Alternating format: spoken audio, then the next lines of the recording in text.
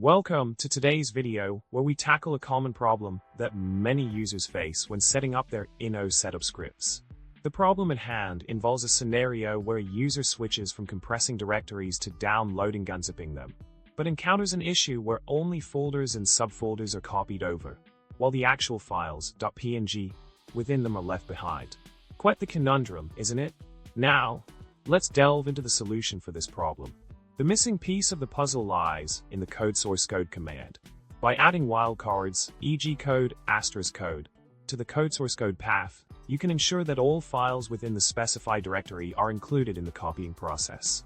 The corrected script should look something like the following snippet for both CodePack1 code and CodePack2 code components.